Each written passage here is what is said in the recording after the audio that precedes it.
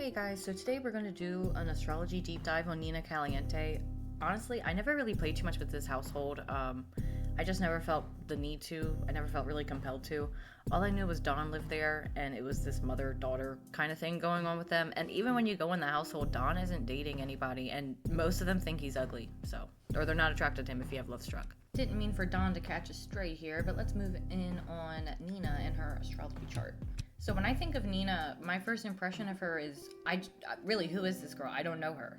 I saw that her in-game aspiration is Villainous Valentine, which is interesting. And for me, whenever I see somebody who is just a bad person, I like to try to figure out why or what makes them that way. So a lot of this reading is based on that, because why do you want to break up 10 couples? Why is that your mission? What kind of evil person are you? But I'm here to understand that evil person. So when it comes to Nina, when I think of her, she's dark, she's mysterious, but she only shows you what she wants you to see. I get the sense that she's this deeply reserved person. She's intense, but there's this playfulness with her that keeps people on their toes, so to say. With Nina, she's got this passionate side to her, but she's also detached. She's the type of person that sort of slips through your fingers, more so when you feel like you're about to understand her. I think the Scorpio energy here is what draws people in, but the Scorpio energy isn't as intense because I feel that Neptune is conjunct her ascendant, but there's a twist to it. I feel like it's in her 12th house ruled by Libra. I don't want to go too deep into her Neptune placement yet, but I feel that Neptune here softens that Scorpio, like I was saying. But with Neptune here, it casts this hazy glow over her. I feel like it almost makes her like a dream. When someone meets her, they feel like they've met her before. And with Neptune here, it softens her gaze, because Scorpios are known for their intense eyes that almost see through you. Neptune conjunct ascendant gives her almost these eyes filled with sorrow, like she's been through the ringer in her life. When I look at her, there's this sort of melancholy energy associated with her. It's not loud, it's a quiet kind of sadness. It's something that it's just hard to put your finger on. And yeah, I changed her hair color because black just looks better on her. I hate this fiery red. It doesn't match them. And when I was doing research into them, it turns out they have Middle Eastern, Spanish ancestry, or at least in The Sims 2. So I took it upon myself to give her black hair again. I'm sorry. But next, I'm going to go into her moon sign. To me, she has a Leo moon and it sits in her 10th house. The moon here sort of makes her an open book professionally, but don't let that fool you. You will still not know her. She keeps her emotional side to herself. There's this need to be recognized and admired, but it's more about wanting to be seen for who she is as a person. It's hard for her to be completely authentic, and I'll go more into that later, but I get the sense that she's all about channeling her emotions into goals. People with this placement have a tendency to shine even without meaning to. When I think of a Leo moon 10th house, honestly just 10th house in Leo in general, I picture a star in the night sky shining brighter and higher than the rest. And this is probably hard for Nina. With 10th house Leo, the opposite sign is Aquarius, and that'll be in her 4th house. That's the lowest point of the chart, and I feel like that's sort of her default energy. She wants to be reserved, she keeps to herself, but she's pushed into the spotlight. With 10th house moons, especially in Leo, their secrets really aren't their own. People project this image onto her. I get the sense that people assume they know her just because they see a glimpse of her emotions, but she's out of reach, just like the brightest star that sits highest in the sky. For her sun sign, I'm going to go ahead and say she has an Aries sun. I feel like that's pretty obvious. And her sun will be sitting in her 6th house. 6th house suns tend to tie their self-worth with how productive they are. With this placement, it can show a lot of restless energy that just needs to be directed in some way.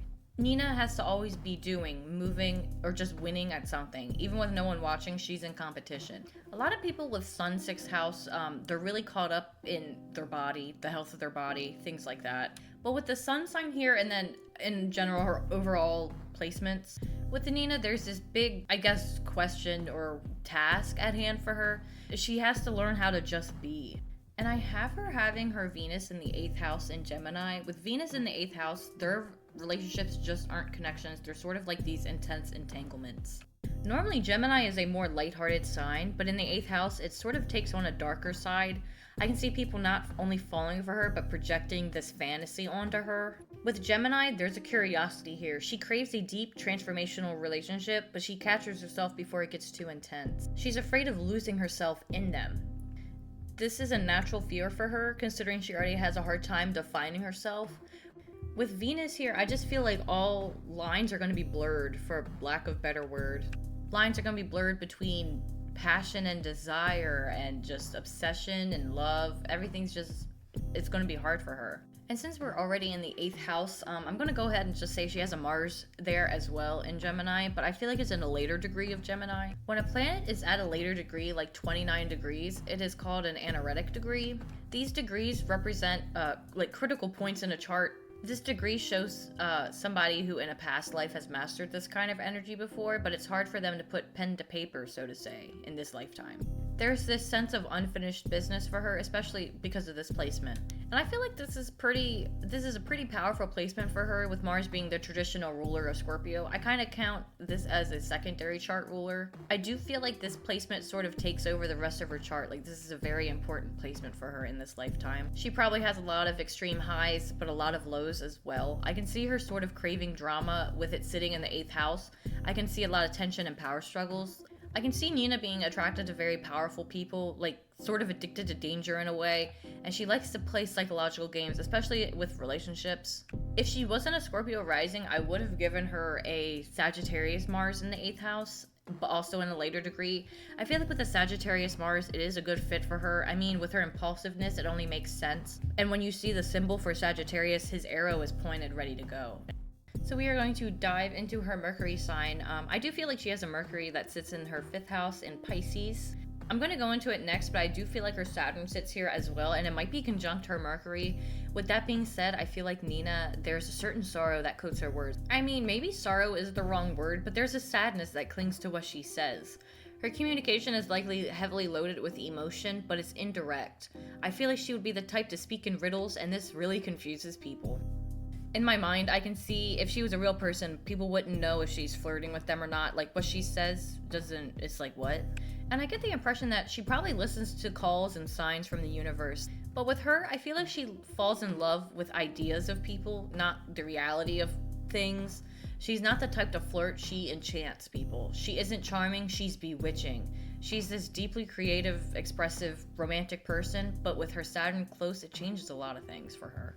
So, like I was saying before, Saturn is probably conjunct her Mercury in Pisces. I feel like what I was saying before about her words carrying a certain melancholiness here is almost intensified by Saturn. But Nina is careful with her words, but not because she's unsure of what to say, but because she understands the gravity of what she has to say. She speaks with purpose, even if what she says is confusing. She knows exactly what she's saying. This placement also gives someone some hesitancy regarding their artistic and creative endeavors. Saturn here brings deep wisdom and maturity, and that is sometimes expressed through sadness. I kind of feel like a Pisces Mercury, it should bring like a playfulness to her, especially since it's sitting in the 5th house. But Saturn brings structure and rigidness, making her have self-doubt and second-guess how she expresses herself. And with this placement, it also affects how she sees romance herself. When I think of this placement in particular, I see someone who questions love itself. She probably asks herself, is love even real? And love for her is probably a kind of karmic lesson, but she can't seem to perfect it. I feel like Nina is a heartbreaker, but in a way that's almost poetic. So let's dive into our Neptune placement, which, like I said earlier, is in 12th house of Libra. And this would also be in another late degree of maybe 29, most likely 29 as well, and is another final lesson for her. She's the type of girl who really contradicts herself a lot. She can be in a room full of people that love and admire her, but she'll still feel alone and unseen, like a ghost. She's an emotional sponge and pays attention more than some would think, I feel, and because of this, she really withdraws into herself. And with Neptune conjuncting her ascendant like that, I feel like she has like this strange beauty to her. It's almost kind of eerie. It's ethereal in a way, like otherworldly, like she's not from this world. And like I was saying earlier about her Pisces placements, she loves love, but she falls in love with fantasies. Nina craves these deeply intense romantic connections, but she has a hard time letting people in. She's always going to leave when it just gets too real for her. And she also has this issue with people, like I said before, projecting this fantasy onto her, and I feel like Neptune here also plays a role into that. And it confuses her too, because she doesn't have a real good sense of who she is. She has a hard time defining herself. Like, where does she begin and other people end? And I feel like this also plays into her in-game aspiration of villainous Valentine. She's not just seductive, she's like this illusion. She reminds me of a dream you can't remember. And you're probably like, how did that make sense when I said she was an open book professionally with her Leo 10th house moon? Like I said before, everything about her is a contradiction. She projects this confident, charismatic person. She draws attention without much effort, but the Neptune here creates an unattainable part of herself. She can't even reach it herself. She thrives in the public eye, but at the same time, she slips through its grasp. Like I said before, in a crowded room, she's still alone.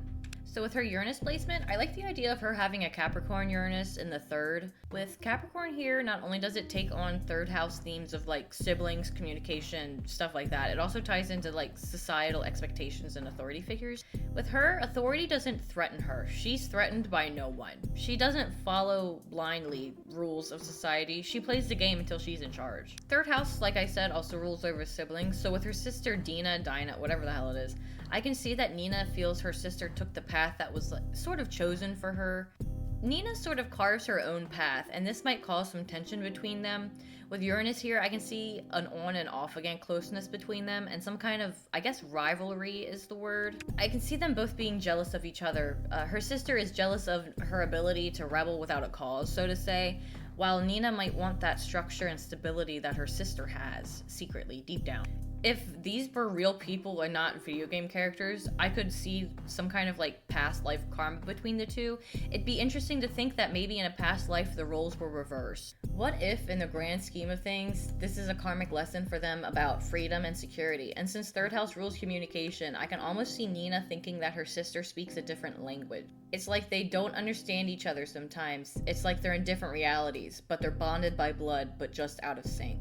So for her Pluto placement, I actually went back and forth with this, but I feel like Sagittarius Pluto in the second house makes sense for her. And this would be her main chart ruler. People with second house chart ruler typically have a complicated relationship with money. I find it's either torn between not having enough or just having too much, but with her case, I feel like it's having too much. Nina is a fiercely independent person, and this may have translated to her feeling trapped by money. Money to her may have came with some kind of condition, like an agreement of sorts. She attracts powerful, unavailable, or even dangerous people romantically. Her energy is sort of addictive, and I can see her attracting people who are obsessive, jealous, and controlling. Again, love and romance is just a karmic lesson for her. It is. After this astrology deep dive I did with her, when I think of her, I think of an angel with clipped wings. She has this potential to be this soft, loving person, but she chooses control. She has the potential to be romantic, but she pulls away before it gets too real. And that's all I have today. Comment down below if you liked it. Let me know if you disagree with any of the placements or whichever. I'm really curious to see what other people have to say. Thank you guys for watching.